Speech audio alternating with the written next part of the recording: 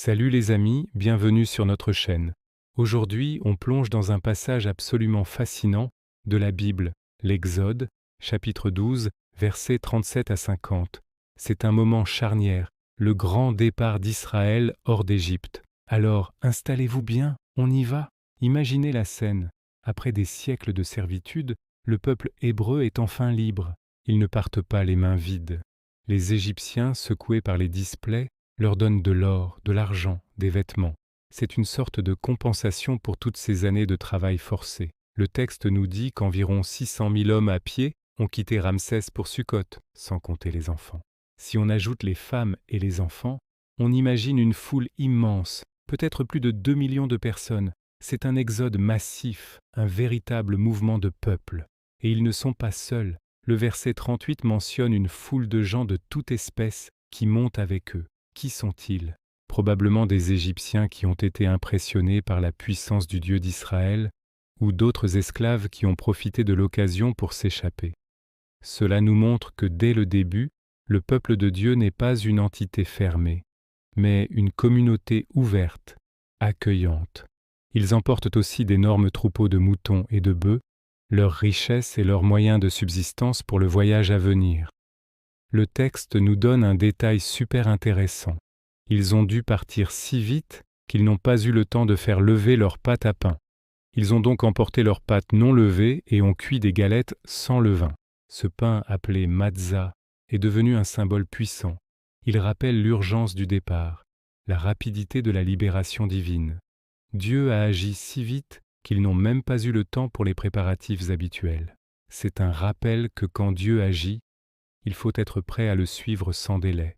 Ensuite, le verset 40 nous donne une information chronologique précise. Le séjour des Israélites en Égypte a duré 430 ans. C'est une période incroyablement longue. 4 siècles d'attente, de prière, d'espoir. Et en une nuit, tout bascule. Le texte insiste. Ce fut précisément le jour où s'accomplissaient les 430 ans que toutes les armées de l'Éternel sortirent d'Égypte. La précision est incroyable. Cela nous montre que Dieu a un timing parfait. Rien n'est laissé au hasard dans son plan de rédemption. La nuit de ce départ est si spéciale qu'elle est appelée une nuit de veille en l'honneur de l'Éternel. Elle doit être célébrée de génération en génération. C'est la naissance de la fête de la Pâque, Pessa en hébreu, qui signifie passer par-dessus. Dieu est passé par-dessus les maisons des Hébreux et les a épargnés. Cette nuit commémore non seulement le jugement sur l'Égypte, mais surtout la libération et la protection du peuple de Dieu. Enfin, la dernière partie du passage établit les règles pour la célébration de la Pâque. C'est très instructif. La Pâque n'est pas pour tout le monde. L'étranger ou le serviteur à salaire ne peuvent pas en manger. Par contre, si un esclave a été acheté, il peut participer après avoir été circoncis. Si un étranger résident veut célébrer la Pâque, tous les hommes de sa maison doivent être circoncis. Alors il sera considéré comme un natif du pays. Qu'est-ce que cela signifie? La circoncision était le signe de l'alliance entre Dieu et le peuple d'Abraham. Pour participer à la Pâque, le mémorial de la libération, il fallait d'abord faire partie du peuple de l'alliance. La porte n'est pas fermée aux étrangers, bien au contraire. Mais pour s'intégrer pleinement à la communauté, il fallait accepter l'alliance. Cela montre que l'appartenance au peuple de Dieu n'est pas basée sur l'ethnie, mais sur l'engagement et l'alliance avec Dieu. Il y a une seule loi pour le natif et pour l'étranger qui s'est joint à eux.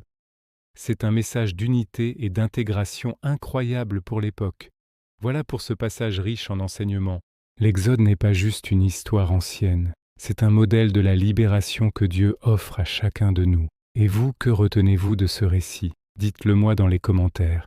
J'ai hâte de vous lire. Merci d'avoir regardé. N'oubliez pas de vous abonner et de liker la vidéo si elle vous a plu. À très bientôt pour une nouvelle exploration biblique. Prenez soin de vous